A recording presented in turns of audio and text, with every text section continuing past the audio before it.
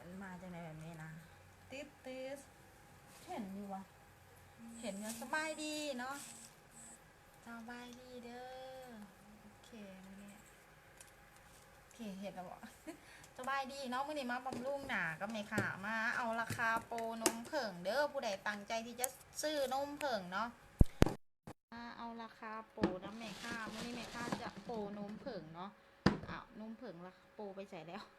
นมผงโปรไปใส่แล้วอ้าวนมผงพระเจ้านมผงกองน้อยไปใส่แล้วโอเคเห็นแล้วตกลงดุมเนาะตัวนี้เขาจะมาโปรเนาะว่าวน้ำกันเนาะผู้ใดคิดว่าอยากกินวิตามินเนาะมาเจอไหมค่ะส่วนเวลา8 โมง10 โมงเนาะไหมค่ะจะไลฟ์ในส่วนนี้ในราคาส่วนลดเนาะก็คือโปรนมผงเนาะจากราคา 1,150 บาทไหมค่ะลดเหลือ 1,000 บาทมันก็มีจำนวนจำกัดอีกเนาะไหมค่ะยังประมาณ10 กล่องนี่แหละเนาะมื้อนี้ขายไปแล้วกล่องเนาะผู้ใดอยากเอาและ CF มาเด้อ CF มาเด้อหายากที่จะลดราคาเนาะแบบนี้เนาะนุ่มผงสามารถเป็นยาสามัญประจำบ้านเนาะเป็นวิตามินประจำบ้านซื้อให้พ่อให้แม่ให้เอื้อยให้น้องเขากินนับแต่อายุ15 ปีมันเขาเอิ้นว่าบำกินไดเบิร์ดเนาะมันเป็นฐานเฮ็ดให้สุขภาพของเฮาแข็งแรงเนาะตั้งแต่อายุ15 ปีเนาะจนหอดเฒ่าเนาะเมื่อเฮาอายุประมาณ30หรือว่า50เนาะมันเบิดประจำเดือนหรือว่าเบิดกล่าวเขาสู่ไว้ท้องหรือว่าผู้ชายคือกันเนาะผู้ชายก็มีไว้ท้องนะผู้หญิงก็มีไว้ท้องเนาะแม่แนะนำให้กินตัวนี้เด้อนมผึ้งเนาะเดี๋ยวไหมค่ะจะมาบำรุงหนาก่อนเนาะผู้ใดอยากได้นมผึ้งในซีได้ไหมค่ะเขียนใจก่อนเนาะอยากเป็นยูทูบต่อเอามาขายเครื่องเลยลูกมากินนี่มากินอันนี้ให้มาเนี่ย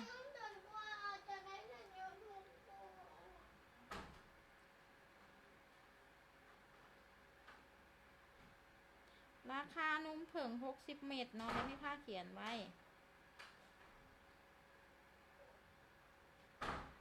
1,000 บาทจากราคา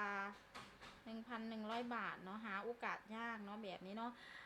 เรทเงินเนาะเรทเงินแม่ค่ะจะส่งฟรีเนาะแม่ค่ะส่งฟรีเพราะฉะนั้นเรทเงินจะแมน295เนาะปกติแมน230เนี่ยเนาะเรทเงินเนาะเรทเงินปกติแมน230เนาะแต่ว่าแม่ค่ะลดลงเหลือแต่295เด้อลูกค้าเด้อแม่ค่ะลดลงเหลือตั้งแต่295เนาะขั้นผู้ใดอยากได้กะ CF เอาเนาะเพราะว่าเขามีจำนวนจำกัดเนาะเดี๋ยวไม่ค่ะอันนี้ไม่ค่าเขาอย่างอุ้ยเขาเพชรตัวนี้วะโอเคเอาบูลูกจะเห็นอย่าง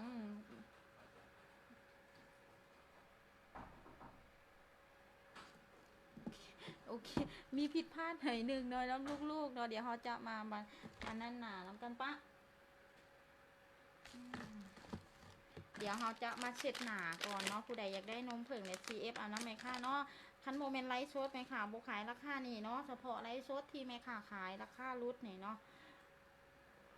ซื้อ2 กล่องมีซิทลุ่นฮับค่ำนะแม่ค่ะเนาะก็คือเขาจะยกสลากเอาเนาะแม่ค่ะจะแจกค่ำวันที่19 เดือน 9 2019เนาะโดยการยกสลากเนาะเขาจะวีทูเท่าไหร่วีทูวีทู990 บาทเด้อคิมวีทูเนาะเขาจะมาเสร็จหนาแบบนี้เนาะวีทูแม่น990 บาทเด้อจากราคา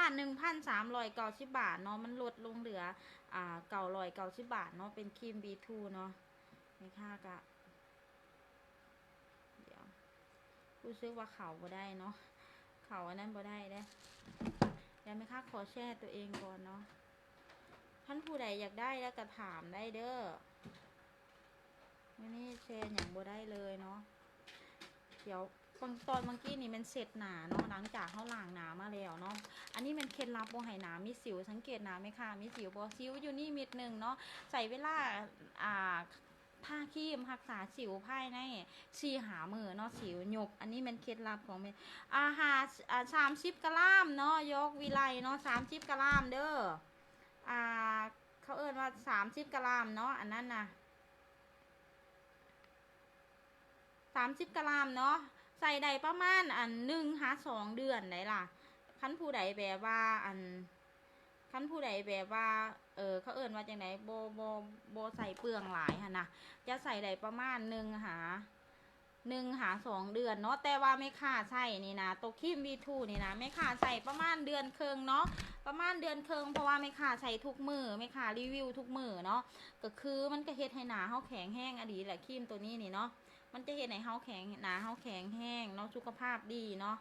อันไม่ค่าก็หนาแข็งแห้งย้อนครีม V2 นี่แหละเพราะว่าเฮาใส่มา3 ปีเลยเนาะตั้งแต่ปี2016คุณเนาะผู้ใดแบบว่าหูจักก็จะหูว่าโลกแกะเท่าใดเอเวียงโลกแกะเนาะจากราคา 1,290 บาทเอื่อยรุดให้ราคา 1,100 บาทเด้อจากราคา 1,290 บาทอันนี้เป็นขายแต่ไลฟ์สดให้ซื้อๆเนาะรุดให้ 1,100 บาทเนาะเขาจะรุดให้เนาะถามว่าสื่อ2 กองมีสิทธิ์อันเขาเอิ่นว่ามีสิทธิ์ลุ้นรับค่ำเนาะมีสิทธิ์ลุ้นรับค่ำแต่ว่าที่แน่ๆก็อย่างแนะนำทุกคนกินนมผงอดีได้แบบว่าบ่ฮู้ว่าแต่ละคนได้กินนมผงบ่ขนาดก็อยากแนะนำให้กินนมผงเพราะว่านมผงอะนะมันดีต่อสุขภาพอดีเนาะแบบว่า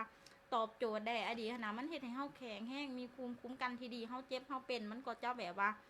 หายดีไวหั่นนะฟื้นโตได้ไวหั่นนะอันนี้ก็พยายามแบบว่าแนะนำนมผงอดีได้อันนี้เว้าย่ำใดก็อยากให้แนะนำนมผงเนาะเพราะว่าอยากให้กินน้ำกันอยากให้มีสุขภาพแข็งแรงเวลาเฮาเป็นพยาธิหยังก็ยาเนาะเวลาเฮากินนมผงใส่หั่นนะ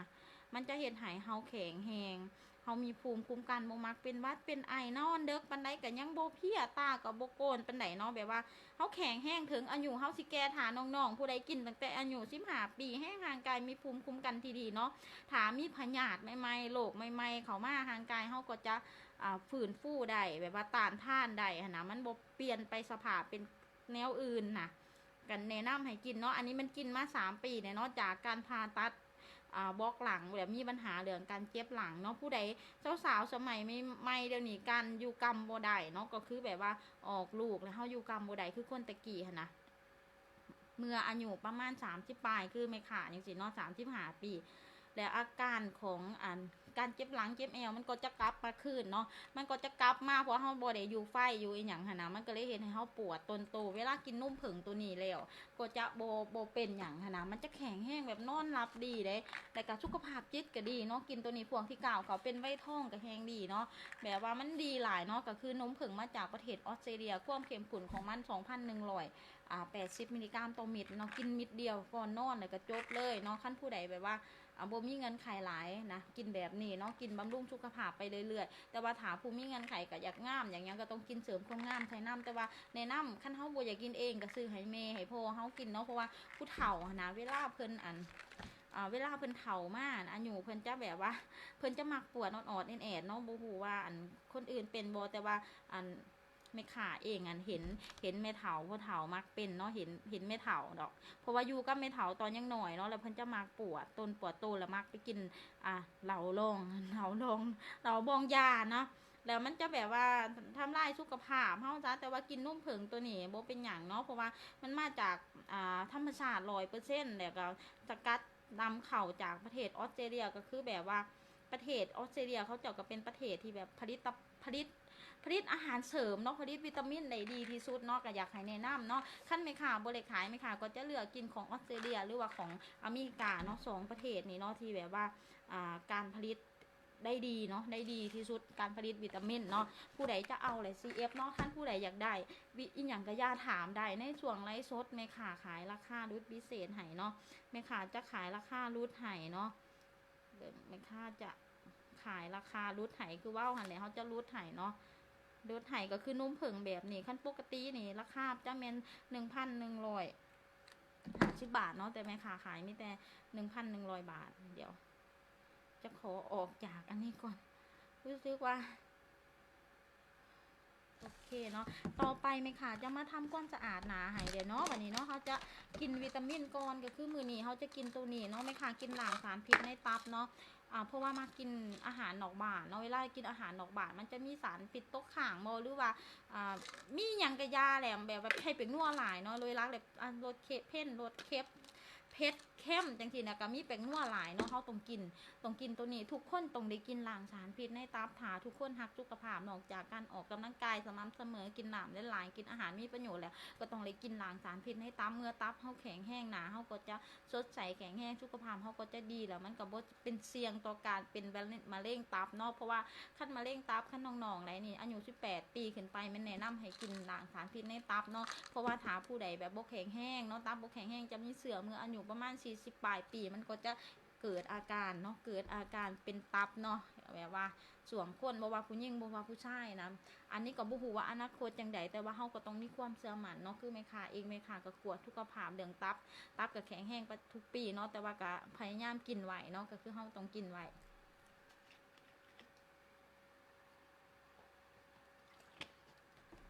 เขาจะกินล้างสารพิษในตับก่อนเขาจะไปกินอันอื่นเนาะเพราะว่าตัวล้างสารพิษในตับมันจะเข้าไปล้างก่อนประมาณ10 นาทีแล้วเขาจังไปกินวิตามินอื่นก็คือตัวนมผงกับตัวนี้เนาะไม่ค่ากินนมผงนำเนาะก็คือบำรุงสุขภาพเขาหั่นแหละเดี๋ยวเนาะเดี๋ยวไม่ค่าขอเข่าอันนี้ก่อนขอเข่าอัน Facebook ก่อนเนาะ1 บาทขั้นผู้ใดที่จะเอาอินบ็อกมาเลยเด้ออินบ็อกมามันมีจำนวนจำกัดเนาะเดี๋ยวต่อไปเขาจะมาเสร็จเนาะเสร็จทำความสะอาดหนาเป็นอย่างหนาคือบ่มีสิวจากแต่ก่อนเป็นคนหนาสิวเต็มหนาเนาะก็คือว่าวหันแหละเขาทำความสะอาดหนาให้ได้เนาะทำความสะอาดหนาให้ได้เดี๋ยวจักน้อยทิศหนาไหมค่ะจะมาเปิดเผยผลิตภัณฑ์หนึ่งที่ไหมค่ะลองใส่เนาะทุกคนเห็นอาจจะหูไม่ขาโบได้ขายเนาะเพียงแต่ว่าใส่คักหรือมาแนะนำโตเนาะอันนี้โบได้ขายเนาะใส่คักหรือมาแนะนำโตเพราะฉะนั้นจะเอาให้เบิงเนาะว่ามันเป็นอีหยังลองเบิงแต่ว่าโบแนะนำคนที่แบบมักเป็นผิวแพ้ง่ายเนาะโบแนะนำแต่ว่าพวกที่แบบว่าผิวแข็งแห้งเนาะผิวแข็งแห้งเพราะว่าขั้นแพ้ง่ายเดี๋ยวแตะเบิงมันเป็นผู้ใดกับซิฮูเราอยู่ในอินเทอร์เน็ตเนาะเขาเจ้าโฆษณาหลายเดี๋ยวนี้เขาเจ้าอาบน้ำให้เบิงหนะเซตโตให้เบิงอันนั้นหันแหละไม่ขาดเจ้ามาเฮ็ดให้เบิงเนาะก็รู้สึกว่าเขาคัดหนาทุกมือเลยนะเขามันสะอาดเพิ่มขึ้นเนาะแล้วก็หูขุมขนมันก็ค่อยๆจางออกนะแบบว่าหูขุมขนมันแบบว่ากระซับขึ้นก็เก่าหนาเขาสะอาดเด้งขึ้นก็เก่านะเดี๋ยวนี้หลังจากหนาเขาสะอาดเดี๋ยวเขาจะมาทำการบำรุงหนาแบบว่าพวกครีมวิตามินต่างๆมันจะเข้าไปซึมซับเข้าไปในผิวเขาได้ดีแล้วคุณประโยชน์หรือว่าของครีมหรือว่าเซรั่มที่เขาบำรุงไปนะมันก็จะได้ผลดีเนาะได้ผลคือสมที่เขาเจ้าโฆษณาเนาะเพราะว่าที่ผ่านมากับตัวเองเจ้าของเองเป็นคนแบบว่าทำความสะอาดหนาโบได้เนาะมาเลยก็นอนเนาะทำไมนั้นลูกเขายังหน่อยเด้ลูกเขายังหน่อยเขาก็จะมีเวลาเป็นไหนเนาะหลังจากวิทย์ความตายวัดเขาเอิ่นว่าเก่าผ่านความตายมาเลยเนาะจังเฮ็ดให้เฮาหั่นนะกลับขึ้นมาบำรุงตัวเองค่ะพระเจ้าสิฮอด40 ปีเนาะแบบว่ายังมีกำลังใจที่จะบำรุงตัวเองเพราะฉะนั้นน้องๆเนาะที่ได้อายุกำลังในหน่อยเนาะพยายามบำรุงตัวเองผู้หญิงเขาหันมีเสน่ห์ในโตขอเพียงผิวพรรณสะอาดเนาะถึงว่าหูใบหน้าเขาจะบ่งามทำใดกะยาเนาะแต่ขอเพียงว่าเขาเฮ็ดเป็นโตสะอาดแล้วผอมด้วยแบบว่าเว้าจามนุษย์สัมพันธ์ดีอ่อนหวานเนาะยิ้มมากหัวมากเว้าเพราะฉะนั้นเขาก็เขาเอิ้นว่ามีเสน่ห์ในโตเนาะหาอย่างเขาเอิ้นว่าหาแฟนก็ง่ายเนาะแบบนั้นบ่จำเป็นต้องงามเด้อในปัตตภีดอกเนาะขอเพียงเขาฮู้จักแต่งโตแล้วฮู้จักแบบว่าเฮ็ดให้ผิวพรรณเขาสะอาดแต่งหน้าหยังมันก็งามขึ้นบ่จำเป็นต้องแบบว่าให้งามให้รูปหน้างามจนไปศัลยกรรมเนาะบ่ประมาณนั้นเนาะโอเคเขาทำความสะอาดได้แล้วเนาะสังเกตเขาเสร็จเนาะสังเกตบอนี่สิวเนาะก็จะมีสิวบกล้าขึ้นเนาะเพราะว่าหนานี่มันหยาบเลยเนาะหนามันหยาบกับคล้ายๆแบบว่าหนาเขาแข็งแห้งเนาะใส่ทำความสะอาดมิแต่ใส่แต่อันนี้เนาะโบใส่แนวอื่นเนาะเฉพาะคนอื่นที่ใส่แบบใดกับบูหูเนาะแต่ว่าสำหรับไม่ขาเป็นของกาลิเย่ดีที่สุดเนาะของกาลิเย่เดี๋ยววันที่12 เดือน 9 2012รู้สึกว่าเขานี่บ่ได้ โอเค หลังจากนั้นเนาะหลังจากเขาทำความสะอาดหนาแล้วไหมค่ะก็จะไปตัวนี้เนาะอันนี้โบอะไรขายเนาะเพียงแต่มาเฮ็ดให้เบิ่งซื้อๆเพราะว่าส่วงวันเสาร์วันอาทิตย์นี่เขาเดินทางไปขอนแก่นเพราะฉะนั้นมันได้ตากแดดเนาะตากแดดแล้วผิวเขาก็จะแบบว่าค่ำมองค่ำเขาจะมาใส่ตัวนี้ในการมาร์กเนาะอันนี้ไหมค่ะมาร์กไป3 มื้อแล้วเนาะดังแต่คืนวันอาทิตย์เนาะมาร์กไป3 มื้อแล้วเขาจะมาร์กเพิ่มต่อติดต่อกันประมาณ7 มื้อเนาะเขาจะมาร์กติดต่อกันในเขาเอิ้นว่าในเวลา7 มื้อเพื่อให้หนาเขาแบบแข็งแห้งขึ้นไฟขึ้นแนะนำเนาะผู้ใดหนามองค่ำหนาดำเนาะหนาเศร้าหนาโรคหนาแห้งหนาเหี่ยวพยายามมาร์กหนาตัวเองให้เนาะแต่งหนาจังได๋ก็บ่ติดว่าซั่นนะแนะนำเลยเนาะแต่ว่าถ้าอายุ25 ปีขึ้นไปต้องเลือกกินวิตามินเนาะถ้าอายุยังน้อยก็ยังบ่ทันฝากกินก็ได้แต่ว่าคันสิวขึ้นหลายก็เลือกกินวิตามินซีเนาะประมาณ15 ปีหรือว่าคือวิตามินซีนี่ซากุระก็กินเนาะให้เลือกกินแต่ว่ามันบ่ค่อยกินปานใดหั่นนะทั้งที่แม่ขายวิตามินคันเรากินดีหลายแล้วกินน้ำหลายแล้วแฮงสิผิวเราดีขึ้นนะแต่เราบ่มักเนาะคือว่าอะไรเล็กน้อยเพราะฉะนั้นวิตามินซีคือของแม่ค้าขายเนาะแม่ค้าขายวิตามินซีเนาะแบบใดวะอยู่ในกล่อง วิตามินซีแบบนี้เนาะก็จะเฮ็ดให้แบบว่าผิวพรรณเฮาดีแล้วก็บ่เป็นสิวเนาะแต่ว่าแนะนำให้พยายามกินวิตามินก็คืออายุ25 ปีขึ้นไปก็ต้องกินคอลลาเจนใส่เนาะเดี๋ยวเขาจะมามาร์กใส่เนาะอันนี้อันนึง39 บาทเนาะซื้ออยู่วัดสันเนาะซื้ออยู่วัดสันเดี๋ยวเขาจะมามาร์กให้เบิ่งอยู่วัดสันค่ะเฮามักไปซื้อเครื่องอยู่วัดสันเพราะว่ามันได้ส่วนลดเนาะมันบางทีมันซื้อ1แถม1ก็มีเนาะบางทีมันก็ได้ส่วนลด ใครเข้าไปได้สึกอยู่วัดสันเลยเด้อมาได้ของแท้นำเนาะบ่จำเป็นต้องเสี่ยงของปลอมเนาะเห็นบ่เขาจะมาใส่ตัวนี้เนาะเขาจะมาร์กหนาแบบนี้ในเกตมือเนาะอันนี้ก็เคล็ดลับอันนึงที่เฮ็ดให้หนาเขาแข็งแห้งขึ้นเนาะเฮ็ดให้หนาเขาแข็งแห้งขึ้นเวลาล้างหนาแล้วหั่นนะพยายามยาสิใส่เขาเอิ้นว่าจะสิใส่ผ้าเช็ดหนาเนาะให้ใส่แบบนี้เนาะเพราะว่าอันนี้แม่นข้าพเจ้าสังเกตเองคือไม่ค่ะสังเกตเองตอนสมัยเกิดลูกผู้ทำอิฐเนาะหนาเป็นฝาเต็มหนาเนาะแล้วก็ไปเข่าวุฒิศักดิ์เนาะวุฒิศักดิ์ไว้ประมาณ40,000นี่แหละหลังจากออกแล้วหนามันก็กลับมาเป็นฝาขึ้นเนาะแต่ว่าเขาเจ้าก็ให้กินวิตามินคือกันไหนโบแมนเขาบอกให้กินเขาให้กินวิตามินเนาะไปเขาคลินิกเสริมความงามก็ได้กินวิตามินเนาะลูกค้าฐานะเป็นสิวเป็นฝ้าหลายเขาให้กินยาให้กินวิตามินอยู่แล้วแต่คือไม่ขายเองนะก็ได้เป็นกรรมกินมือหนึ่งเบิดยาเขาหนามันก็จะขึ้นเพราะว่าเขาเป็นแบบว่าภายในเขาเนาะเขาบูฮู้เด้สมัยนั้นเป็นฝ้าขึ้นอาจจะเป็นมีปัญหาเรื่องมดลูกเนาะแนะนำสาวๆผู้ใดเป็นฝ้าใส่ยังกระปุถือไปกวดภายในเด้อมีปัญหาเรื่องมดลูกกับมีเนาะคันอยากกินก็คือกินนมผึ้งก็ได้แล้วก็กินฟาร์มูซ่าใส่เนาะแต่ว่าแนะนำให้ไปกวดภายในก่อนก็คือไปคานะฝ่าเต็มหนาเนาะเฮ็ดจังไดกับบ่ซอบ่ใส่ผิวพรรณบ่ใส่ก็เกือบตายเนาะก็คือบ่ฮู้หรอกว่าตัวเองเป็นอีหยังเพราะว่ามันบ่มีอาการเนาะก็คือมีปัญหาเรื่องมดลูกเนาะมีมันคันไปกวดไว้ก็คือสิบ่ได้ตัดมดลูกเนาะแต่ว่าไปกวดช้าหน่อยนึงก็เกือบตายเนาะก็คือเป็นมะเร็งปากมดลูกขั้นเริ่มต้นเนาะอันนี้บอกสาวๆเนาะบอกสาวๆคันหูว่าตัวเองมีปัญหาเรื่องมดลูกมีเสือมีอีหยังก็บ่ต้องตกใจเนาะเดี๋ยวนี้หมอเขาจะเก่งเขาจะปัวได้เนาะบ่ต้องตกใจพยายามรักษาสุขภาพตัวเองเนาะกวดให้ปกติเนาะ6 เดือนเทื่อนึงบ่หรือว่า1 ปีเทื่อนึงคือไม่ขายเองนี่มัน6 เดือนไปกวดเทื่อนึงเพราะว่าตัดมดลูกถิ่มแล้วเนาะแต่ก็ยังได้ไปกวดเนาะตามหมอนัดครบหอม5 ปีพุ่นนะ5 ปีจังได้ปีละเทื่อเนาะเดี๋ยวนี้ซื้อประกันสุขภาพก็ยังบ่ได้เนาะไม่ขาดเนาะซื้อประกันสุขภาพเพิ่นบ่ขายให้เนาะเพิ่นว่าเพราะว่าเฮาเคยมีเสือมะเร็งเพิ่นจะบ่ขายให้เพราะฉะนั้นฮอน5 ปีแล้วไปกวดสุขภาพมาปุ๊บแล้วเพิ่นจะขายให้เนาะอันนี้เฉพาะประกันของหยังวะของญี่ปุ่นเนาะประกันอหย่างบ่จือเนาะประกันชีวิตของญี่ปุ่นของอยู่ไทยอันแหละเพิ่นบ่ขายให้เนาะแต่ว่าตัวอื่นก็ยังบ่ได้ถามเนาะตัวอื่นก็บ่ได้ถามแต่ว่าไม่ค่าก็คือสิซื้อน้ำของญี่ปุ่นที่เป็นบอนเดียวกับสิซื้อให้ลูกเนาะแนะนำสาวๆเด้อเวลาไถหยังก็บ่ถึกหน้าแดงหน้าดำหนามองขามแห้งให้ไปกวดภายในเบิ่งก่อนเนาะถามมดลูกเฮาแข็งแห้งเฮาใส่หยังเฮากินหยังก็จะถึกเนาะเลยอย่าสิเป็นคือแม่ค้าเนาะแม่ค้านี่เขาเอิ้นว่าเกือบตายเนาะบุญยังรักษาไว้อยู่เนาะคันว่าไปกวดสาหน่อยนึงอาจจะบ่ได้มาไล่สดแบบนี้เนาะอาจจะบ่ได้มาไล่สดแบบนี้เนาะตั้งแต่ปี2016เดือน10ปี2016เดือน8ปี2016ไปกวดสุขภาพหูว่าตัวเองเป็นพยานนี่เนาะติด เดี๋ยวก็หมอก็แนะนำไปทีละขั้นตอนเลยกล่าวไปสู่ห้องหมอศรีนครินทร์ขอนแก่นเนาะหลังจากงานบ่ฮอดเดือนเพิ่นก็นัดตัดเลยเนาะตัดมดลูกเพราะเขามีเงินไขมีลูก2 คนเนี่ยเนาะก็เลยบอกสาวๆเนาะยาสีหน่อยใจยาสีคิดหลายยาสีแบบหลาเลยใจเนาะถ้าเขามีลูกมีผัวแห้งจำเป็นต้องรักษาชีวิตเฮาไว้เนาะรักษาชีวิตเฮาไว้ก็คือเฮ็ดให้เฮาแข็งแรงนั่นแหละกินวิตามินใส่บำรุงใส่แล้วมันกวดสุขภาพตลอดเนาะเมื่อเฮากินวิตามินใส่ก็คือแนะนำบ่จะเป็นต้องซื้อน้ำไม่ขาหรือว่าซื้อหยังก็ได้เนาะวิตามินที่มาจากประเทศออสเตรเลียเนาะหรือว่ามาจากอเมริกากินในเฮ็ดให้ภูมิคุ้มกันทางกายของเฮาดีทุกมื้อนี้แม่ค่ะก็กินพวกวิตามินที่ต้านการแพร่กระจายของมะเร็งเนาะหรือว่าต้านการเกิดมาเฮงเพิ่มนะเพราะว่าคือของไม่ขากินนี่นะทั้งแคปซีดทั้งสลามทั้งนมผงนี่ก็ต้องต้านมะเร็งเบิดเนาะเพิ่นเฮ็ดให้ห่างกายเฮาแบบมีภูมิคุ้มกันแข็งแรงพวกที่เป็นเม็ดสีน่ะมันจะเป็นต้านมะเร็งแต่ว่าตัวลักๆที่สุดนี่ก็คือเป็นตัวสลามเนาะที่ต้านมะเร็งเนาะก็คือตัวนี้นะเป็นสลามนุ่มผงก็มีส่วนต้านมะเร็งเนาะแต่ว่าตั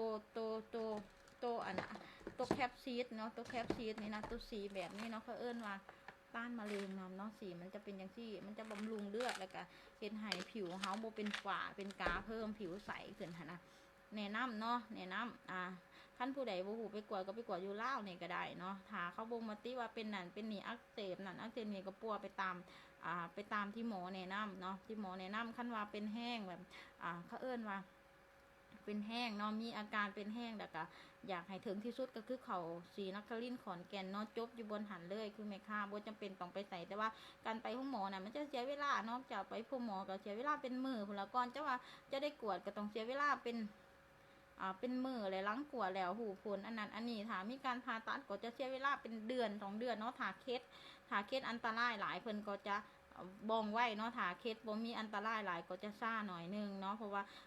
คนไข้เขาหลายนะแต่ว่าเขาเจ้าก็เบิ่งแย่งดีเทคแคร์ดีเนาะอยู่หั่นเนาะเขาไม่ค่าบาทมีตั้งแต่เบิดตั้งแต่4-5 หมื่นเท่านั้นเนาะบ่แพงเนาะขนาดเคสของแม่ค้ายากได้เคสยากเขาเจ้าก็ยังปาแต่เท่านั้นเนาะโอเคถ้าผู้ใดฮู้อยากฮู้เรื่องหยังก็ถามได้เนาะเรื่องพยาธิยิ่งภายในนี่รู้สึกว่าตัวเองเขาเอิ้นว่าตัวเองมีประสบการณ์ตัวนี้เนาะอยากว่าเผยแพร่นะอยากให้คนอื่นบ่อยากให้ผู้ยิ่งอยู่ในสถานการณ์คือเฮาเนาะในการเจ็บในการเป็นเพราะฉะนั้นวิธีป้องกัน1กวดภายในแล้วก็ซักวัคซีนป้องกันกันไว้ก็ได้คือหมอว่าวนี่นะประมาณอายุประมาณ5 ปีเนาะโอ้ยอายุประมาณ9 ปีของผู้หญิงนะจะได้ซักวัคซีนป้องกันมะเร็งปากมดลูกคือประมาณเดือนหน้านี่นะซากุระก็จะได้ไปซักเนาะประมาณที่29เดือนเก่าวันที่22เดือนเก่าเนาะซากุระได้ไปซักวัคซีนเนาะซากุระได้ไปซักวัคซีนมะเร็งปากมดลูกตอนเราอายุ9 ปีเนาะเพราะว่าหมอนัดเนาะหมอเขาเจ้านัดประมาณนั้นถ้าคนที่ยังบ่มีเพศสัมพันธ์เนาะแม่ยิ่งเฮาที่ยังบ่มีเพศสัมพันธ์เรียนไปซักวัคซีนไว้แห่งดีเนาะมันจะเห็นผลแต่ว่าถ้าคนมีลูกมีผัวแล้วก็ไปซักก็ได้เนาะไปซักก็ได้เพื่อป้องกันแต่มันอาจจะเป็น50หรือว่า60นั่นน่ะแต่ทางนี้เนี่ยเฮาก็ต้องเลือกแบบว่าเขาเอิ้นว่าจังได๋เลือกกวดสุขภาพประจำปีทั้งภายในภายนอกเฮาเนาะมียิ่งมันค่อนข้างที่จะหลายอย่างเฮาหานาทีแล้วมียิ่งมันค่อนข้างที่จะหลายอย่างเนาะมียิ่งเฮานะเพราะฉะนั้นโอ้แนะนำเนาะเพราะว่าตอนไม่ขาหูว่าไม่ขาเป็นเนาะรู้สึกว่าโอ้นอนบ่หลับกินข้าวบ่แซ่บเนาะก็คือขึ้นหลายเนาะสิตายย้อนขึ้นหลายบ่แม่นตายย้อนมะเร็งเด้เพราะฉะนั้นก็มีปัญหาสุขภาพปัญหาคันผู้ใดบ่เจอแบบนั้นก็จะบ่มาอยู่ในจุดนี้เนาะก็จะบ่มีความเชื่อเนาะคือแม่ขาเองเนาะแม่ขาอยู่ในจุดนั้นแล้วก็มีอาการเด้อแบบว่าหมอบ่ได้ให้ยาอีหยังเฮามากินเนาะก็คือบ่ให้หยังเลยมีแต่แบบผ่าตัดแล้วก็กลับบ้านเนาะแขกแห้งแล้วกินแต่ยาต้านเชื้ออย่างแล้วก็แล้วเพราะฉะนั้นเฮาสิเฮ็ดจังไดเพื่อให้ร่างกายเฮามีภูมิคุ้มกันก็หลังจากเก็บกลางหลังเนาะก็ไปเฉินหาแล้วก็ไปเจอนมผงตัวนี้แหละมากินเนาะก็เรียกว่าเฮ็ดให้ตัวเองแข็งแรงมีภูมิคุ้มกันที่ดีมีกำลังใจจิตใจดีมาฮอดปัจจุบันนี่เนาะแล้วก็อย่างกล่าวครับเป็นการเอามาขายนะทำอีกกับบ่ค่อยจะมักอาหารเสริมหรือว่าวิตามินเนาะแต่ว่าเมื่ออายุเฮาเฒ่าเฮาแก่แล้วมันต้องได้พึ่งพาอาศัยเขาเนาะเพราะว่าเฮากินอาหารให้ครบ5 หมู่อย่างเดียวบ่ครบแน่นอนเนาะแม่ค่าใส่ตัวนี้เนาะในการบำรุงบ่ครบแน่นอนเนาะอาหารการกินทุกมื้อนี่มีแต่สารพิษทั้งนั้นถ้าว่าบ่อยากมีสารพิษก็คือไปปลูกเองเนาะกลับสู่ธรรมชาติแต่ แต่ว่ากลับสู่ธรรมศาสตร์ตรงธรรมศาสตร์อลีอร่อยได้ธรรมศาสตร์แถวไกลๆนี่ก็ถือพวกของหอกของงานนี่อย่างเนาะมันก็คอยมันก็มีสารพิษคือกันเนาะมันต้องออกธรรมศาสตร์อลีอร่อยเนาะจังแบบว่าจังห่างกายจังแข็งแห้งได้แทนแน่ๆก็คือแบบว่าเฮาไปตามยุคตามสมัยหันแหละกินวิตามินไซทุกมื้อนี่ผู้ใดก็ต้องได้กินวิตามินเนาะกินอาหารเสริมไซเพื่อให้เฮามีห่างกายที่แข็งแห้งแล้วก็ผิวพรรณเฮาฟองใสชะลอความแก่เฮาอีกนะแล้วก็พวกความทรงจำพวกอีหยังเฮาก็ได้ดีเนาะก็คือว่าเฮาเฮ็ดให้เฮาแบบว่ามีความทรงจำที่ดีแบบว่าคันเฮาสายตาสั้นเฮาก็กินตัวบำรุงสายตาคันเฮามีปัญหาเรื่องสมองเรื่องกาวจะเป็นอัลไซเมอร์เฮาต้องกินตัวบำรุงสมองเนาะมันจะมีหมากหลายแต่ว่าไม่ขาดจะบ่ขายของที่แบบว่าเขาเอิ้นว่าบ่มีที่มาที่ชัดเจนก็คือขายมาจากประเทศออสเตรเลียหรืออเมริกาเนาะแต่ปัจจุบันนี้บ่มีเครื่องมาแต่อเมริกามีแต่เครื่องออสเตรเลียเพราะว่าเคยกินของอเมริกาแล้วมันค่อนข้างที่จะกินอย่างแล้วมันข้าวเนาะมันบ่ตอบโจทย์เท่าใดเพราะว่าสิขายหยังไม่ค่ะก็ต้องได้กินเองก่อนเนาะถ้าขายบ่เบิดไม่ค่ะก็ต้องกินเนาะก็คือว่าเฮาเอาไว้กินสั่งหยังก็ยากก็ต้องแบบสต็อกเพื่อตัวเองกินนำหั่นนะโตกองใหญ่อยู่เทิงแม่นหยังโตกองนี่ว่าตัวกองใหญ่อยู่เทิงมันกระเป๋านะเนี่ยยังกระเป๋ามงคลกระเป๋าพวงจุ้ยเนาะกระเป๋าพวงจุ้ยเห็นว่าแต่ว่ามันยังแต่ทอนี่แหละมันมีเป็นร้อยกับเนาะแต่ว่ามันยังแต่ทอนี่เนาะเอาไว้ขายเนาะค่ะแต่ว่ามันจะบ่มีตามมันเดือนปีเกิดของบางคนเนาะก็คือมันจะบ่มีวันจันทร์แล้วก็วันค้านนะต้องจะมีพวกวันพฤหัสวันศุกร์วันเสาร์เท่านั้นเนาะมันจะบ่มีมันจะมีกระเป๋าซิปยาวกับตัวนี้ตัวนี้เนาะเห็นบ่ตอนมื้อนั้นเอไลท์ให้เบิ่งแล้วได้ตัวนี้บ่แน่ใจว่าวันหยังนะจะเป็นวันเสาร์หรือวันอาทิตย์เนาะสังเกตเนาะกระเป๋าพวงจุ้ยเขาเอิ้นว่ากระเป๋าเก็บสตางค์เนาะกระเป๋าเก็บเงินนั่นแหละกระเป๋าเขาเอิ้นว่าทางนอกนี่เป็นสีถือก็วันเกิดทางในเป็นสีเขาเอิ้นว่าสีเป็นสีกาลากนีบ่สีบ่ถือกับเฮาเนาะมันจะเป็นตัวแบบว่าให้สลอเงินออกทางนอกมันจะเป็นให้ดึงดูดเงินเข้าเนาะเป็นหนังแท้เนาะหนังแท้นำเข้าจากประเทศออสเตรเลียเนาะหนังมันนี่นะแต่ว่าเป็นแบรนด์ของคนไทยเด้อผลิตอยู่ไทยเนาะแต่บ่แม่นของเกรดนั่นเกรดนี่มันเป็นแบรนด์เนาะมันแม่นของแท้มันบ่แม่นของปลอมแล้วก็บ่มีเกรดเนาะแม่ค้าใส่หน่วยนึงประมาณ2ปีแหละเนาะ2ปีก็รู้สึกว่าเงินบ่ขาดได้แต่ว่าตัวนี้มันก็ขึ้นกับความเชื่อของแต่ละคนเนาะแต่สำหรับเฮาเป็นผู้ค้าขายหาเงินเนาะเฮาต้องเชื่อคือคนจีนเขาเจ้าเชื่อเรื่องห่วงจุ้ยห่วงหยังอะไรเฮาต้องเชื่อในสิ่งที่เฮาเหลียวบ่เห็นเนาะมันจะเห็นในเฮาชีวิตเฮาแบบว่าบ่ขาดเขินเนาะถ้ามีอุปสรรคก็จะแบบผ่านไปได้ดีเนาะถ้ามีอุปสรรคก็จะผ่านไปได้ดีแต่ที่สำคัญจิตใจก็ต้องดีเนาะแล้วมันเฮ็ดบุญอยู่เสมอบุญกุศลจะช่วยให้เฮาแบบเจอแต่สิ่งที่ดีๆเจอแต่คนที่ดีผ่านอุปสรรคไปได้ทุกคนมีอุปสรรคในชีวิตทางนั้นบ่มีไผบ่มีอุปสรรคในชีวิตแต่ว่าเฮาต้องคิดบวกและให้ความเข้มแข็งแก่เฮาเองเนาะให้ความเข้มแข็งให้กำลังใจเฮาเองและหักเฮาหลายที่สุดเนาะการหักเฮาหลายที่สุดก็แม่นหยังก็กล่าวมาใส่วิตามินเนาะก็ต้องกินวิตามินบำรุงเนาะเมื่อเฮาแข็งแห้งก็เฮ็ดให้เฮาแบบว่ามีแห้งที่จะเฮ็ดเวียกแล้วก็หาเงินเนาะถ้าเฮามีครอบครัวเฮาก็จะมีแห้งเบิ่งลูกเบิ่งครอบเบิ่งครัวเฮาจังซั่นน่ะนะต้องหักตัวเองให้หลายเด้อคันสนใจวันจันทร์บ่มีเนี่ยวันจันทร์จะมีแต่10สันเนาะวันจันทร์จะมีแต่10สันแต่ว่าวันจันทร์ขอวันเดือนปีเกิดแล้วเวลาเกิดเนาะเพราะว่าในส่วนของวันจันทร์มันจะเปลี่ยนเวลาถ้าเกิดช่วงไกลขันจะเป็น4 โมงหาโมงมันจะเป็นสีอื่นเนาะแต่ว่าถ้า6 โมงหา12 โมงกลางคืนมันจะเป็นสีมันจะเป็นสีสีส้มเนาะมันจะเป็นสีส้มแล้วไม่ค่าเอาให้เบิ่งเนาะบ่ฮู้ว่าสีส้มตัวใดเนาะมันจะเป็น10แนวหอยซื่อๆเนาะกระเป๋านี่นะจะเป็นแนวหอยซื่อมันจะเป็นแบบนี้เนาะเดี๋ยวเอาให้เบิ่งอันนึงเนาะมันจะเป็นอย่างซี่เนาะแต่ว่าตัวนี้จากราคา 2,200 ก็ขายแต่1,500 บาทเนาะ1,500 บาทเนาะเขาจะใส่เงินใส่อันนี้มันสีประจำวันอย่างบ่จือเนาะต้องได้เบิ่งวิเคราะห์แล้วก็วันเดือนปีเกิดเลยเวลาเกิดแท้ๆเนาะบ่สามารถที่จะแบบว่าวันจันทร์วันนั้นวันนี้หายต้องเบิ่งวันอีกว่าจะเกิดเดือนเวลาใดเนาะสำคัญเวลาหูเกิดวันจันทร์เนี่ยต้องหูว่าเวลาใดอีกเนาะมันจังจัดถือคันบ่หูเวลาก็จัดบ่ถือเพราะว่าสวงไก่ขันสวงไก่เช้าๆอ่ะนะ1 หา 3 โมงเช้ามันจะเปลี่ยนสีได้มันจะเป็นสีนึงอีกนะเพราะฉะนั้นเขากำหนดบ่ได้เนาะคือวันเนี้ยว่าสิจะแซดหาคือบ่แซดหาเนาะบ่ฮู้บ่จือเนาะเดี๋ยวต่อไปเนาะเขาจะมาร์กแล้วเนาะไม่ค่ะจะไปตัวนี้ซ่าเมาส์มอยหลายเนาะโอ้ยตัวนี้เขาจะไปตัวเซรั่มลกแกะเนาะช่วงนี้ เครื่องกำลังจะมาเนาะเครื่องกำลังจะมามันแถมกับแป้งเนาะแถมกับแป้งรีฟิลเนาะแถมกับแป้งรีฟิลสังเกตเนาะไม่ค่าใช่แบบนี้นะอันนี้เป็นนารูโตะเอาไปหลินเด้อลูกไส้เอาไปหลินเนาะสังเกตแบบนี้เนาะ246นี่จากราคา 2,150 บาท CF เอาตอนนี้ไม่เขาขายแต่ 2,000 บาทพร้อมทั้งแถมกับแป้งน้ำอีกเนาะลดราคาแล้วก็แถมดีฟิลกับแป้งน้ำอีกเด้อแถมดีฟิลกับแป้งใส่ได้ประมาณ4 เดือนหรือว่า5 เดือนขั้นผู้ใดหนาหน่อยๆก็ใส่ได้ประมาณ6 เดือนเนาะแบบว่ามันเป็นตัวอย่างตัวยุกกระสับใบหนาเนาะก็คือเฮ็ดให้หนาเขาแบบว่าเต็งดึงขึ้นบ่เถาเนาะบ่เถาตามอายุแล้วไม่ขาด38 ปีแล้วไม่ขาดเฮ็ดให้เบิ่งเนาะว่าหนามันตึงจังไหนมันค่อนข้างที่จะแบบว่าห้อยตีนกาวอยู่บนนี่ก็บ่ค่อยมีเนาะก็คือแบบว่าฝ้ากาก็ค่อยๆจางออกเนาะแนะนำสาวๆเนาะผู้ใดจะเบิ่งหรือบ่เบิ่งกันอย่าอ่านในส่วนยุคสมัยนี้เนาะการหาเงินการสร้างชีวิตโคตรง่ายเลยเนาะบ่ต้องน้อยใจบ่ต้องแบบว่าต้องตำตกนี่คือตำต่อยในบุญวาสนาของตัวเองเนาะเขามีแต่ใจเกิดมาเขามีแต่ใจกับมือกับตีนเขาต้องสู่อย่างเดียวเนาะโมอย่างเราประวัติไหมคะไม่ค่ากระทุกมาก่อนเนาะแต่ว่าเดียวนี้ก็บริรวยเนาะแต่ว่าก็เป็นคนแบบว่าทุกข์กับเป็นคนสู่ชีวิตตัวเองมาก่อนเขาจะใส่หลายปันนี่เนาะแมนหวานโดยโอเคเขามันจะปรับเดือดเนาะคันถากินพามูซ่าถ้ากินลกแกะมันก็ปรับเดือดพามูซ่ามันก็ปรับเดือดตัวนี้มันก็ปรับเดือดเนาะมันปรับเดือดเฮาหรือว่าพามูนี่กินพวกนี้มันตัวปรับเดือดเบเนาะอันนี้พับฮอร์โมนปรับเดือดนมผึ่งกับปรับเดือดเด้อลกแกะก็มีปัญหาปรับเดือดเนาะถาผู้ใดแพ้โปรตีนเนาะจะเห็นให้เป็นสิวเนาะใส่กินตัวนี้เนาะกินตัวนี้จะเห็นให้เป็นสิวแต่ว่าส่วนหน่อยเนาะเกือบ99%มันถือเบิร์ตแต่ไม่ค่ะขายมานี่มีคนเดียวเนาะที่แพ้ก็คือกินแต่ว่าสิวขึ้นไม่ค่ะให้หยุดกินเลยเนาะ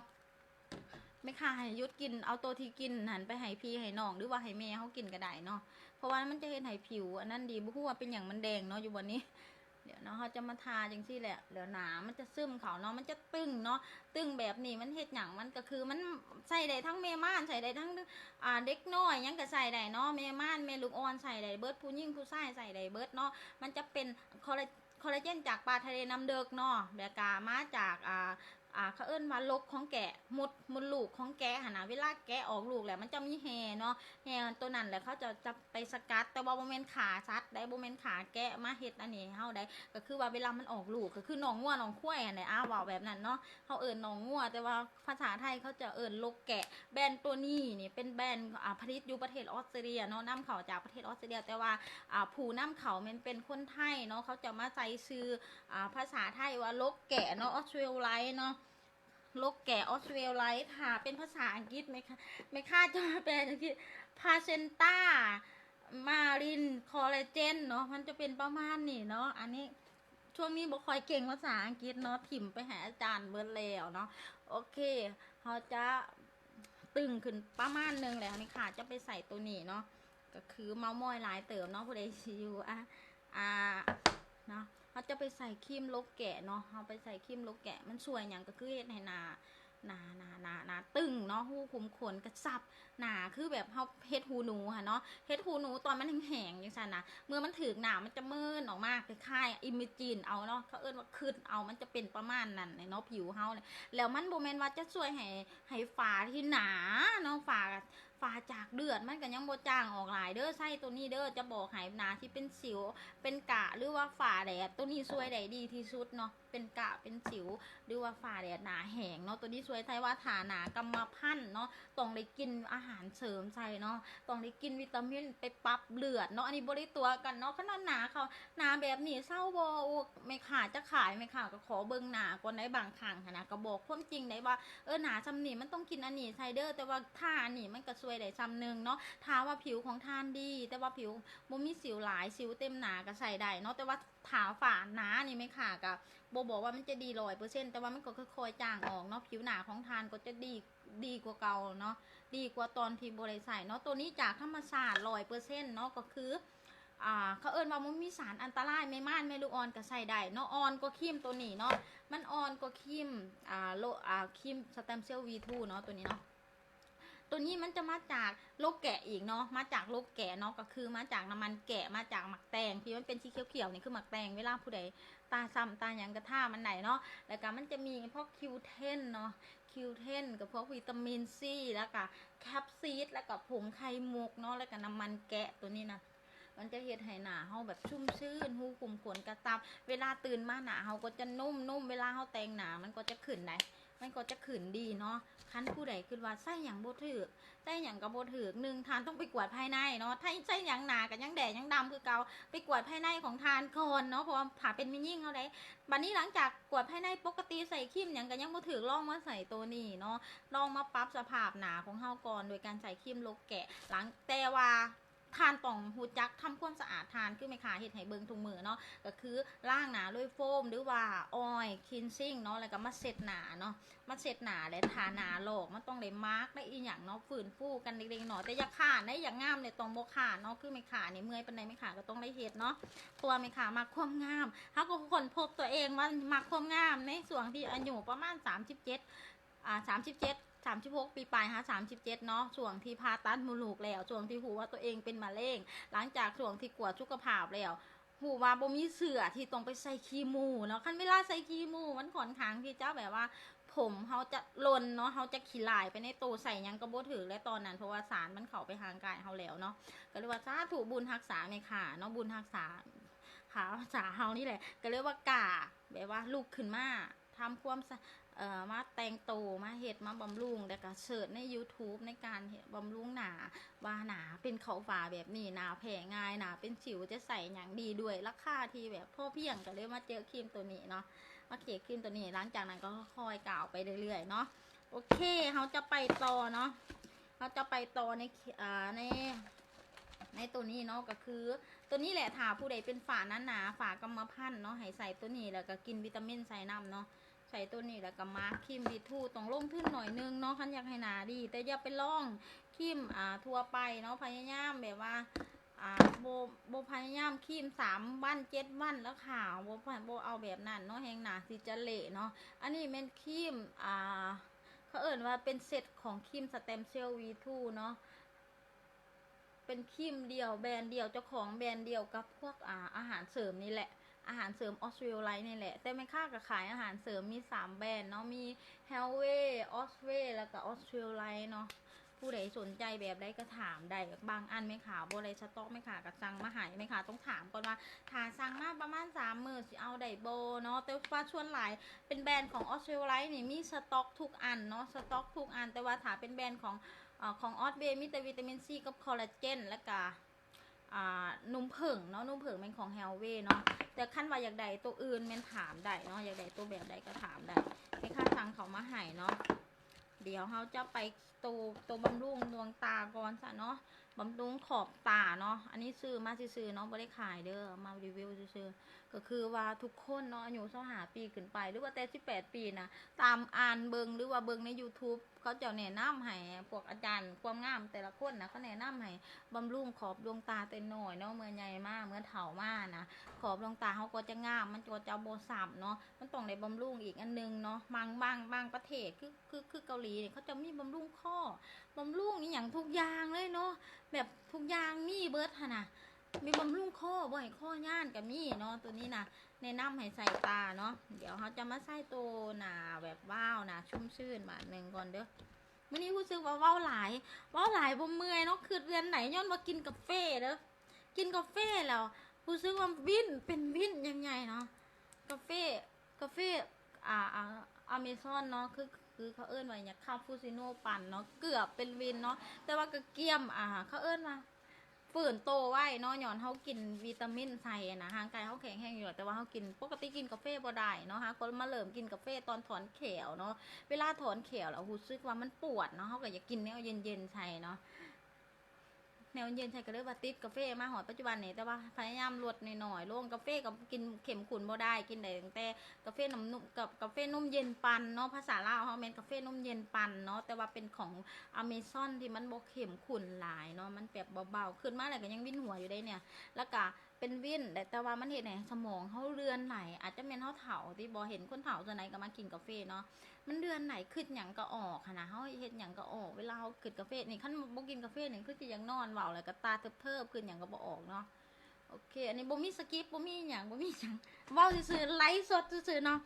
ไลฟ์แบบจากไลฟ์เนาะจากใดจังใดก็ได้ก็คือมันเป็นช่วงเวลาที่เขาเปิดห้านเฮาเนาะให้ทุกคนหาพูดน้ำกันเดี๋ยวนี้เขามาใส่ครีมตัวสุดท้ายเนาะในการมาร์กอันนี้บ่ฮู้ว่ากองที่เท่าไหร่แล้วแต่ว่าจื้อแต่ตัวนี้เนาะจื้อแต่ตัวนี้มันกองที่8เนาะแต่ว่าตัวนี้บ่ฮู้ว่ากองที่เท่าไหร่เพราะว่าใส่มาตั้งแต่ปี2016หลังผ่าตัดแล้วเนาะหลังผ่าตัดแล้วใส่มาประมาณนั้นแหละแต่บ่ฮู้ว่าประมาณบ่จื้อเนาะว่ามันหลายปานไหนเนาะแต่ว่ารู้สึกว่าใส่ตัวนี้บ่แม่นรู้สึกแท้ๆเลยอย่างยืนคอนเฟิร์มเลยเนาะว่าใส่ครีมตัวนี้มันเฮ็ดให้หน้าเฮาแข็งแรงจางหน้าเฮาเป็นคนแพ้ง่ายหน้าเฮาเป็นสิวเป็นฝ้าเต็มหน้าเนาะหน้าเฮาเป็นสิวหน้าเฮาบ่แข็งแรงหน้าเฮาเฒ่าซะ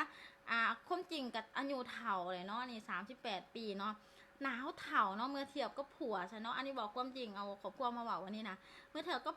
ครอบครัวพอซากุระนารูโตะเนาะรู้สึกว่าหน้าเฮาเฒ่ากว่าเขาอะนะ เขารู้สึกว่าโอ้เขาอายเนาะแบบว่าย่านผัวอายนะเขาก็ต้องหูจักมาบำรุงตัวเองเนาะนี่แหละก็คือเคล็ดลับอันหนึ่งเนาะนอกจากชะนีปลายจังหวะก็คือยิ้มเก่งว่าจามวนแล้วก็อันนี้ก็โบแมนเป็นคนดีมาแต่ใส่ดอกว่าก็เป๊ะๆแจ๊ดเนี่ยแต่เป็นคนแบบว่าพยายามว่าหวานๆใส่ขอบขั้วเนาะก็คือเพิ่นให้เขาก็ใจเย็นลงเนาะขั้นเพิ่นเย็นเขาก็จังใจให้อย่างที่นะแล้วก็มาใส่ครีมตัวนี้เนาะ รู้สึกว่าหนาเขาดีขึ้นหนาเขาเด็กขึ้นเนาะเพราะมันมาจากสเต็มเซลล์มันช่วยให้หนาเขาเด็กเด้อตัวนี้เด้อแม่น้องสงสัยกินตัวโลแกะเห็นสิวขึ้นแม่แม่ให้น้องบ้ากินเนาะให้ปรับสภาพเอาเนาะบ้ากินเด้อบ้ากินเอาบ้าแบบทิศหนึ่งเม็ดหนึ่งหรือว่า2 เม็ดก็ต้องกินเดือนติดเนาะทิศหนึ่ง2 เม็ดก็ได้เด้อเพราะว่ามันจะบุขึ้นดอกโดนกินทิศหนึ่ง2 ทิศแต่ว่าอย่าถิ่มได้ของราคาแพงเนาะถามว่าแผ่โปรตีนจากโลแกะเนาะโลแกะมันจะเป็นตัวไห่เหยียบอายุเฮาได้เนาะก็คือจากเฮานี่38 ปีถ้าเฮากินต่อเนื่องกันนี่นะแม่นจะเหยียบอายุเฮาได้10 ปีเนาะก็คือกิน3 กล่องแล้วก็พัก3 กล่องแล้วก็พักแต่ว่าไม่ขาช่วงนี้ไม่ขาพักเนาะไม่ขาพักเกือบ2 เดือนเนี่ยเนาะกินตัวนี้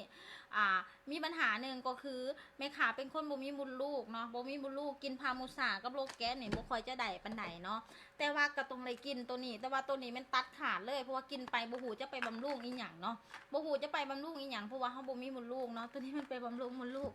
ก็คือ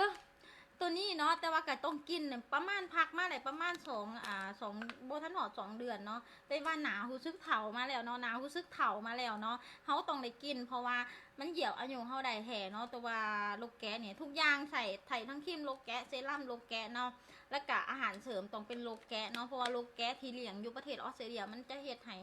มีสารสกัดที่ดีมาเฮ็ดให้คนเฮา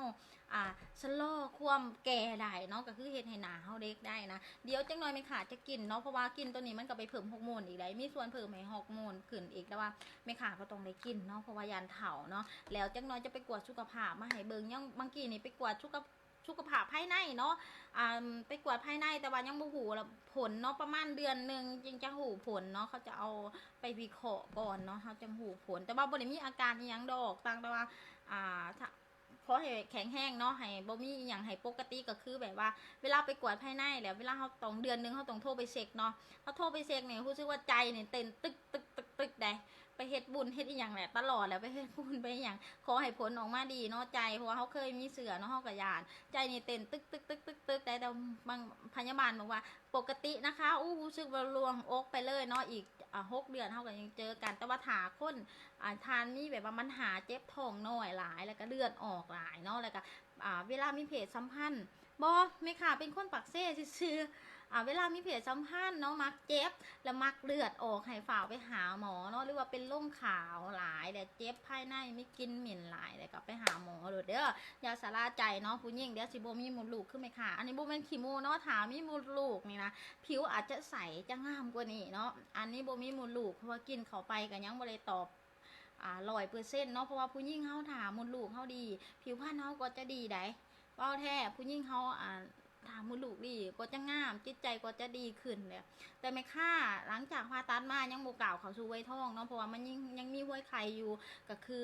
บอกเป็นคือบางคนที่เขาจะตัดออกเบิดแต่เขาจะแบบเขาเป็นห่อนๆหนาวผิวแห้งแล้วก็จิตใจบ่ปกติเนาะแต่ว่าเขายังโชคดีที่หมอจงห้วยไข่แหวะให้เนาะก็คือหมอบอกว่าเดี๋ยวจะเดี๋ยวกวดดูก่อนนะว่าห้วยไข่อย่างบาลังไข่เนาะดีไหมถ้าไม่ดีเดี๋ยวหมอก็จะตัดทิ้งเลยนะชี้นะโอ้ยกันยังว่าใครเนี่ยยังโชคดีที่แบบว่าอายุเฮากันยังน้อยเนาะกันยังบ่ได้เฒ่าหลายเนาะก็ประมาณ50พุ่นแหละคันว่าสิบ่มีมดลูกเนาะพวกที่เป็นประจำเดือนเบิดแล้วนะก็ยังบ่ได้ห่วงตัวนั้นแต่ว่าเฮาก็ยังมีประจำเดือนอยู่เนาะหลังจากผ่าตัดออกมาแล้วก็บ่ได้เป็นหยังเนาะอารมณ์อีหยังก็ยังปกติเสือเด้อว่าต้องไปกวดพยาธิมดลูกนี่มันจะแบบว่าจะบ่อันตรายเท่าพยาธิมะเร็งเต้านมหรือว่าลำไส้เนาะ1มดลูก2ลำไส้เนี่ยแม่นคันหูผลไว้แม่นช่วยได้ไว้เนาะกับที่3แม่นมะเร็งเต้านมเนาะมะเร็งเต้านมนี่คันหูไว้ก็ช่วยได้ไว้เด้อ3อย่างแต่ว่าพยาธิอื่นก็เป็นตาย่านเนาะเพราะฉะนั้นเพื่อเฮาจะอยู่จังได๋เพื่อให้ปลอดจากการเป็นแบบนั้นเนาะเขาต้องออกกำลังกายกินอาหารมีประโยชน์แล้วก็กินวิตามินใส่เพื่อให้ร่างกายมีภูมิคุ้มกันทุกอย่างตรงกล่าวมาหาวิตามินเนาะพอไหมค่ะก่อนจะค้นพบตัวเองว่าขายวิตามินแล้วขายอาหารเสริมแบบนี้นะก็กล่าวมาจากตัวเองเจอปัญหาเรื่องตัวเองตะกี้เป็นแอนตี้เนาะแอนตี้ในเรื่องแบบนี้ที่สุดเนาะแต่ว่าปัจจุบันนี้ขอให้ทานเปิดใจเนาะคิมโลแกะเท่าไหร่คิมโลแกะต้นไลฟ์สดขายแต่ 1,100 บาทเนาะจากราคา 1,290 บาทเนาะโลแกะไลฟ์สด 1,100 บาทเด้อเอา2กล่องถ่ายอยู่ปากเซ่ไหมค่ะทรงฟรีเนาะเอา2กล่องอยู่ปากเซ่ไหมค่ะทรงฟรีเนาะแต่ว่ากล่องเดียวหันมันบ่ได้มันพอดีจุบทึนเนาะค่ะลูกค้าจะเอาก็เสียค่าส่งประมาณ 12,000 กีบเนาะเสียค่าส่ง 12,000 กีบเนาะคันไหมค่ะจ่ายฟรีหายบ่ได้เนาะตัวคิมโลแกะทานนครหลวงไหมค่ะก็จ่ายหายได้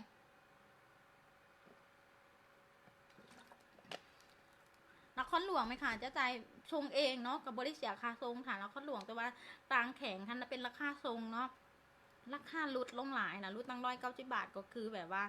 เขาเอิ้นว่าจะได้เสียค่าทรงเองเนาะแต่สื่อน้ำไม่ค่ะทำห้องของแท้แน่นอนเนาะเพราะว่าเขาเป็นเดีลเลอร์เนาะสามารถไปถามอยู่บริษัทออฟฟิเชียลของเขาได้เพจออฟฟิเชียลของโจดีนาพาร์ทออฟฟิเชียลนะว่าผู้จักเวียงสวรรค์ทองสวัสดิ์บเนาะผู้ใดเป็นตัวแทนเดลเลอร์ใหญ่เขาจะส่งผู้ให้เนาะส่งผู้ไม่ค่าไปให้ก็ได้เพิ่นจะฮู้ดอกเพิ่นจะฮู้ดอกเนาะเขาเป็นเดีลเลอร์เนาะกว่าจะเป็นเดีลเลอร์ได้เขาก็ต้องได้ทุ่มเงินหลายเติบได้กว่าจะมาเป็นเดีลเลอร์ของคิมลูกแกะโจดีนาพาร์ทได้เนาะ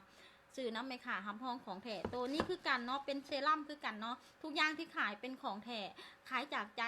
ขายแต่ของแท้บ่ขายของปลอมเนาะขายจากใจเนาะล่องทุกอันจังขายเนาะบ่ขายของโลเลเนาะ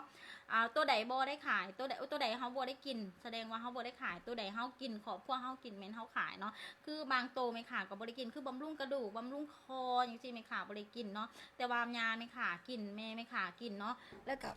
พวกตัวนี้เบญจกุลเนาะมันดีเบาหวานดีความดันดีตับเขาเอิ้นว่าโรคหัวใจอย่างหั่นน่ะตัวนี้แม่เขาไม่ขากินเนาะแม่เขาไม่ขาอยู่ปากเซ่ส่วน DHA บอลซี่บอลที่น่ะ DHA บำรุงสมองแม่ลูกไส้กินเนาะเขาต้องคืดไหว2 สเต็ปได้ทางเขาขายบ่ขาดเขาต้องได้กินเนาะแต่เทน้อยไม่ขาขายมา3 ปีขาดทุกมื้อสินค้าเขาทุกอาทิตย์เนาะได้สั่งสินค้าใหม่ทุกอาทิตย์มีตัวแทนเกือบทั่วประเทศเนาะมีตัวแทนเกือบทั่วประเทศแต่บางคนเขาเจ้า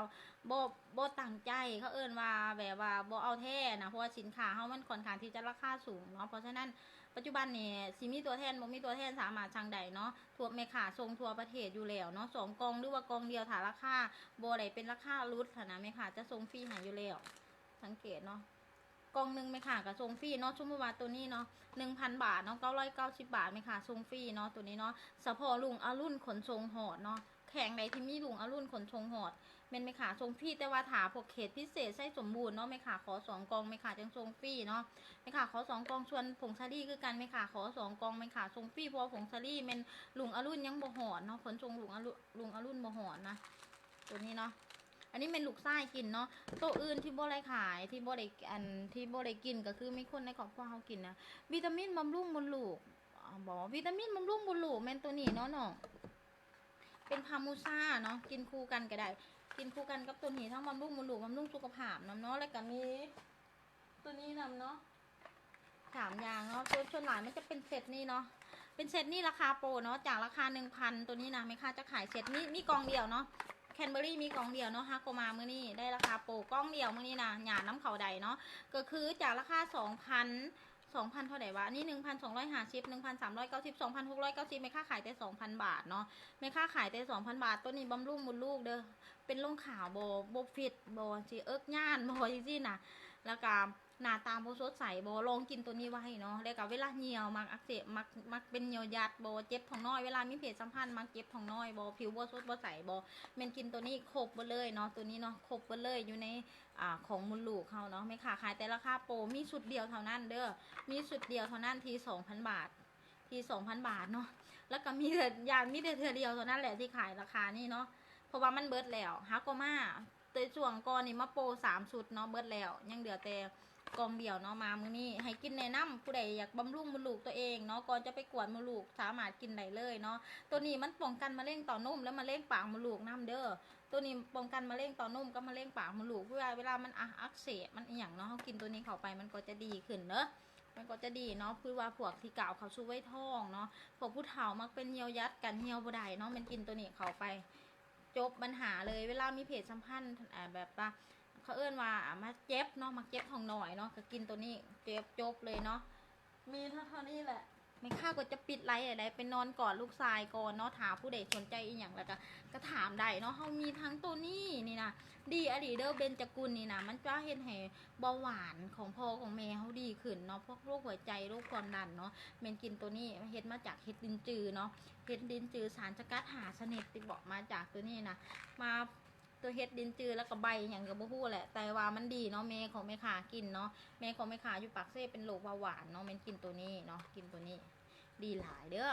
ขั้นผู้ใดสนใจขั้นพวกบำรุงสายตาบำรุงฟับแล้วก็บำรุงสมองคือจิพ่อแม่เขาความจำบ่ดีเป็นอัลไซเมอร์จังซี่น่ะก็ให้เขาเจ้ากินเนาะเดี๋ยวแม่ค้าจะมากินตัวนี้เลยเนาะเว้ามาหลายเดี๋ยวแม่ค้าจะกินตัวนี้เนาะมีผู้ใดสนใจกับบ่มีโบมีขายเนาะตัวนี้เนาะก็คือร่างสารพิษในทางกายเวลาเขากินอย่างกลับไปกินพักกินอย่างที่มีสารพิษมันก็จะไปขังในเลือดเฮานี่ในตับเฮาเนาะตัวนี้แหละมันจะเป็นตัวล่างตัวเลือดออกอีกบาทนึงล่างในลำไส้เฮาออกอีกบาทนึงเนาะตัวนี้นะเป็นดีท็อกให้ทางกายเฮาออกกินแล้วมันจะทายสะดวกเนาะแล้วก็หนาทองแหวบลงเนาะแล้วก็ผิวใสขึ้นผิวพรรณตึงขึ้นเนาะเผาผลาญได้ดีเนาะไม่ข่าวบ่ได้ออกกำลังกายแต่ว่ากินแถกินวาน้ำหนักยังอยู่ปกติเนาะน้ำหนักบ่ขึ้นปกติน้ำหนักต้องขึ้นแล้วถ้าได้ออกกำลังกายประมาณเดือนนึงนะคือสิลงเหมือนเนาะคือสิลงอยู่ประมาณ45เนาะแต่ปัจจุบันเนี่ยยังบ่ลงเนาะ49เนาะยังบ่ลง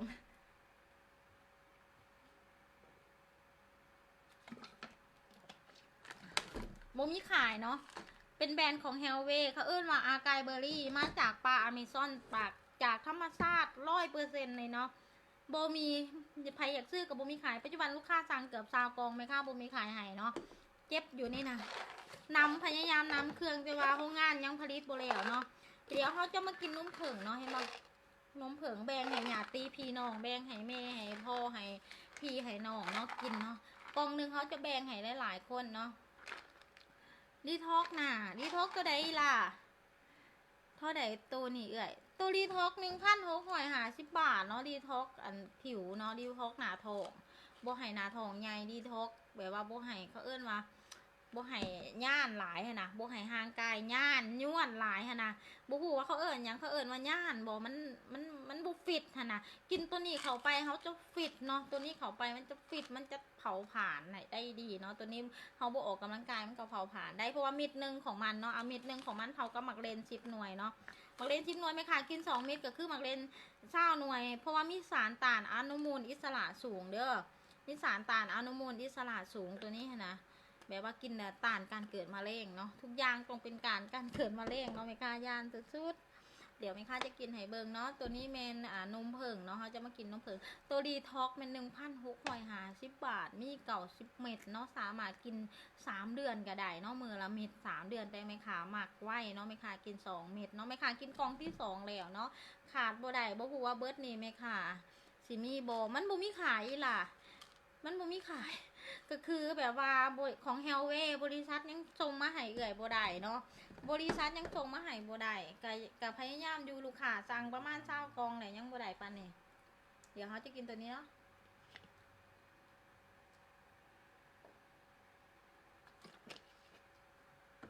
ขั้นผู้ใดอยากกินวิตามินอาหารเสริมเนาะสาวน้อยเนาะ น้องสาวน้อย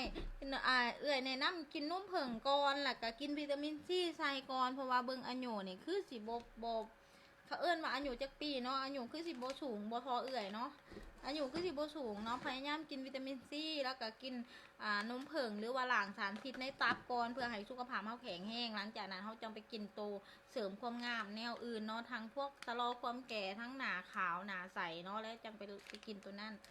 โอเคจับประมาณนี้เนาะหาผู้ใดสนใจแล้วก็อินบ็อกมาหาแม่ค้าเนาะแม่ค้ายินดีตอบทุกขอความในราคาพิเศษบริการก่อนในหลังการขายก็ดีเด้อหาผู้ใดสนใจอยากซื้อวิตามินก็ติดตามแม่ค้าไว้เนาะเพจเฮาไว้เนาะก็คือติดตามไว้ประมาณ35โอ้ยเป็นหมู่กันได้แล้วมีหมู่อายุ35ผัวของแม่ค้าก็35เนาะเป็นหมู่กันได้กันแนะนำกิน35นี่ขั้นว่าหนาต่อโอเคค่ะกินนุ่มเผิงเนาะถ้ากินนุ่มเผิงขั้นว่าหนาเป็นฝ่าเนาะหาเป็นฝ่าแม่นให้กินตัวนี้เนาะกินตัวนี้ใส่เนาะกิน2อันนี้ใส่เด้อแก๊ปซีดกับนมเผิงแล้วกับตัวนี้เนาะคันมีเงินไขมันสื่อตัวนี้ไปกินน้ำกันเนาะเขาจังสิผิวดีแล้วก็เขาจังสิหนาเด็กเนาะ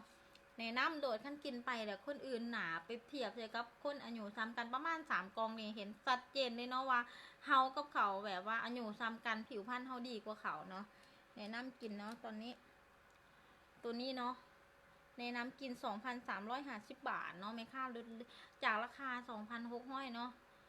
จากราคา 2,600 ปลายเนาะลดเหลือราคา 2,350 บาทเนาะถามว่าเอาตัวนี้เนาะขายแต่ 3,000 บาทเนาะอันนี้มันลดได้3กองได้ 3,000 บาทมีเซตเดียวอีกเนาะมีเซตเดียวอีกเพราะว่าเขาได้ราคาโปรแคนเบอรี่เนาะเขาจะขายทอทึ่นออกให้เนาะโอเคตัวนี้ก็กินโอเคดีแล้วคันกินหันบริซื้อน้ำไม่ข่าวะเธอหนาซื้อน้ำไม่ข่าเด้อหรือว่าซื้อน้ำตัวแทนของไม่ข่าอยู่ปากเซ่บอแต่ว่าถามมันมาตัวนี้แหละเขาจะบอกเด้อสาวน้อยถามมันมาตัวนี้เขาอยากกินเนาะเขาจะบอกแคนเบอรี่เนาะแคนเบอรี่ปลาอเมซอนเนาะแบรนด์ของเฮลเวย์เนาะแบรนด์ของเฮลเวย์อยากได้ดีท้องบูมี่อยากได้กับบูมี่จักเทียจังไหนเนาะพยายามนำทางบริษัทอยู่เขาจะกับว่ายังบอแล้วยังอยู่ในขั้นตอนการผลิตนะคะคุณเวียงเขาว่าอย่างที่ยังไม่เสร็จนะคะอาจจะเป็นหมากเบอร์รี่มันกำลังส่งมาจากประเทศบราซิลเนาะหรือว่าจากป่าอเมซอนคนยังไปเก็บอยู่นะก็บ่ได้เนาะก็โอเคค่ะมันมีแล้วเขาจะประกาศเนาะอันนี้ภูมิใจเสนอที่สุดตัวนี้เพราะว่ากินแต่ตัวเองเห็นผลเลยเนาะลืมเลยว่าวิตามินอื่นเนาะกินอันเดียวเนาะมันจบพังให้ผิวใสให้หุ่นดีเนาะกับบอดี้หลายกับบอดี้แบบเป็นหุ่นนั่งแบบก็คือว่ามันเห็นทางไกลเขาฟิตเนาะแต่ก็เผาผลาญได้ดีทายสะดวกเนาะสะดวกก็คือจากข้าพเจ้าเองเคยทายยาก2-3 มื้อแต่ว่ากินตัวนี้เขาไปจะ2 มื้อหมายความว่ามื้อนึงบางที่ทาย2 เทื่อเนาะบางที่ทาย2 เทื่อเพราะมันหลั่งน้ำใสเขานำเดตัวนี้เนาะเป็นวิตามินจากธรรมชาติเห็นบ่ธรรมชาติ National 100%เนาะและก็พื้นฐานการผลิตเนาะเห็นบ่การผลิตของเขาก็มีหลายเนาะในมาตรฐานเนี่ยเชื่อว่าการผลิตอยู่ประเทศออสเตรเลียเนาะมาตรฐานสากลอดีเนาะโอเคไหมคะก็จะมีตรงนี้เด้อบ๊ายบายเด้อโดยคันมีเดี๋ยวจะเอาอันเช้าน้อยอันเดี๋ยวจะอินบ็อกหาแล้วก็ฝากเบอร์ไว้เด้อไม่ค่ะจะบันทึกไว้เนาะไม่ค่ะจะบันทึกไว้ได้ไหมค่ะจะโทรหาเช้าน้อยเด้อไม่ค่ะจะบันทึกไว้เนาะรบกวนบอกเบอร์เขามาเนี่ยแมนนะฮะเนาะกินตัวนี้แล้วถ่ายสะดวกเนาะสามารถคนก็ได้คำว่าออร์แกนิกอากายเนาะมันจะตอบสนองได้คนอยู่ใน YouTube ก็ได้หรือว่าอยู่ใน Google เนาะมันจะมีออร์แกนิกอากายเบอร์รี่เขียนไปแบรนด์เฮลเวย์เนี่ยมันจะออกมาให้เบิ่งโลดเนาะเขียนคำว่าเฮลเวย์อากายเบอร์รี่อย่างที่ออร์แกนิกอย่างที่นะมันจะออกมาโลดโอเคไม่ขาดกระทายยากได้นะกินตัวนี้ผู้ซื้อว่าดีขาดบ่ได้ยังว่าบ่ฮู้ว่าสินค้าสิมาท่านบ่ถามมันเบิดนี่นะแต่ว่าเคยหลังล้ำใส่โบเนาะล่วงหลังล้ำใส่จากตัวอื่นก็ได้โอเคเดี๋ยวเขาจะโทรหาเนาะเขาจะบันทึกไว้เนาะปัจจุบันนี้สาวไปกองไหนยังบ่มีให้ลูกค้าโอเคสาวน้อยไหมคะฝากฟรีให้เด้อถาไหนเครื่องเนาะไหมคะจะฝากลุงอรุณขนส่งเนาะทั่วประเทศแม่นฝากฟรีให้เบิร์ดเนาะซื้อเครื่องน้ำไหมคะเนาะราคาต้นราคาบ่ได้ส่วนลดนะจะเป็นฝากฟรีแต่ว่าถามมีส่วนลดไหมคะจะเป็น2 กล่องเนาะสมมุติว่าพาโมซ่าแบบนี้เนาะ แม่ค่ะขาย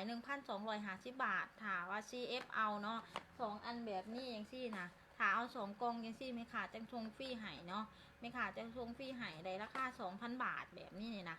ตัวบำรุงตัวนี้ค่ะนะในราคา 2,000 บาทแม่ค่ะจะส่งฟรีแต่ว่าถาคือครีมนี่ 1,290 บาทแต่ว่าถาแม่ค่ะขาย 1,100 บาทแมนลูกค้าเลยเสียค่าส่งเองอยู่ต่างแขกเนาะแล้วก็หลวงเวียงจันทร์แม่ค่ะจะส่งฟรีให้เนาะเพราะแม่ค่ะส่งเองทุกอย่างเป็นส่งฟรีเนาะราคานะคะ 1,290 บาทส่งฟรีทั่วประเทศเนาะตัวนี้เนาะส่งฟรีทั่วประเทศโอเคมีเท่านี้เนาะสาวน้อยเด้อแม่ค่ะจะบันทึกไว้เด้อขอบใจได้หลายเด้อสบายดีนอนรับฝันดีเด้อทุกคน